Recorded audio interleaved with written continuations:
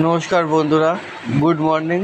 এখন দেখাবো আগে গেল ছোটোবেলায় বইতে পড়তাম ভাদ্র আশ্বিন মাস বর্ষাকাল, কিন্তু এখন দেখো শীতকালেও বর্ষাকাল হয়।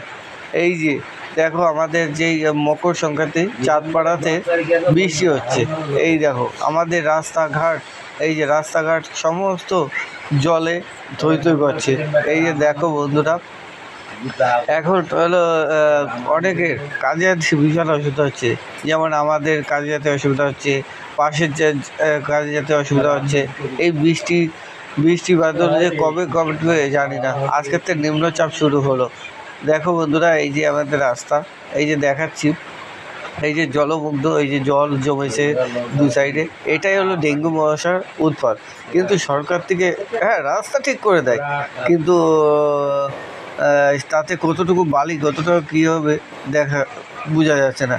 তবুও তোমাদের জন্য বৃষ্টিতে কষ্ট করে ভিজে ভিজে আমি এই ভিডিওটা বানাচ্ছি। আমার একটু ঠান্ডার দোষ আছে, তবুও তোমরা জানতে পারো, এর জন্য তোমাদের দেখালাম।